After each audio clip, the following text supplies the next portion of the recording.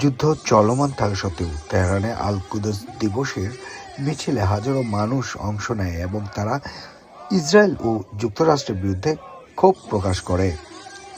বিশ্বজুড়ে আল কুদস দিবসের বিক্ষোভে ফিলিস্তিনিদের সমর্থনে হাজারো মানুষের মিছিল মালয়েশিয়ার কুয়ালালামপুরের আন্তর্জাতিক আল কুদস দিবস উপলক্ষে মার্কিন দূতাবাসের দিকে মিছিল করার সময় বিক্ষোভকারীরা প্লে কার্ড ধরে এবং ফিলিস্তিনি পতাকা উড়িয়ে সমর্থন জানায়।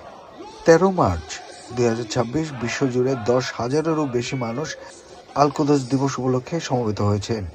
এই রমজানের শেষ শুক্রবার পালিত একটি বার্ষিক কর্মসূচি যেখানে ফিলিস্তিনিদের প্রতি সংহতি প্রকাশ এবং ইসরায়েলি দখলদারিত্বের বিরোধিতা করা হয়।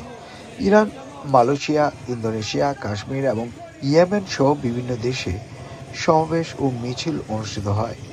তেহরানে হাজারো মানুষ মিছিল করে ইসরায়েলের মৃত্যু হোক এবং আমেরিকার মৃত্যু হোক স্লোগান দেয়, যখন যুক্তরাষ্ট্র ইসরায়েলের সামরিক অভিযান সংঘাতের 14তম দিনে প্রবেশ করেছে।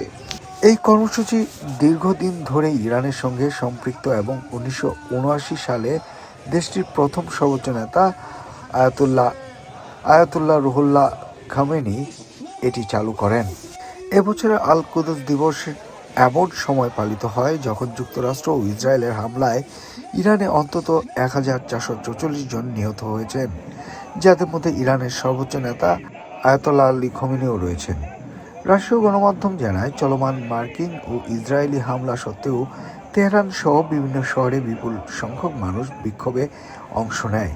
বিশ্বের বিভিন্ন স্থানের বিক্ষোভকারীরা ফিলিস্তিনি ও ইরানিদের প্রতি সংহতি প্রকাশ করেন।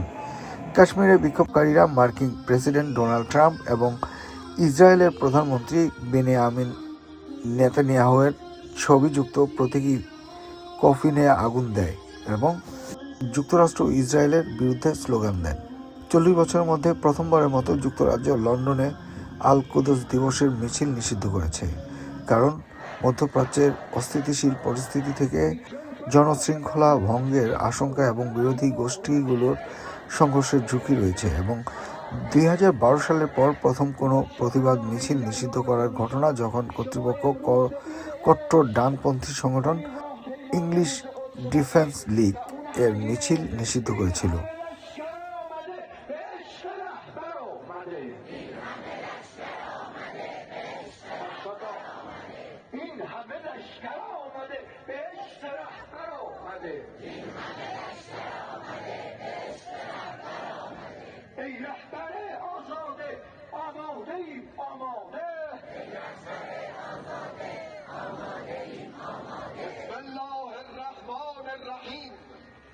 درود و سلام و صلوات خداوند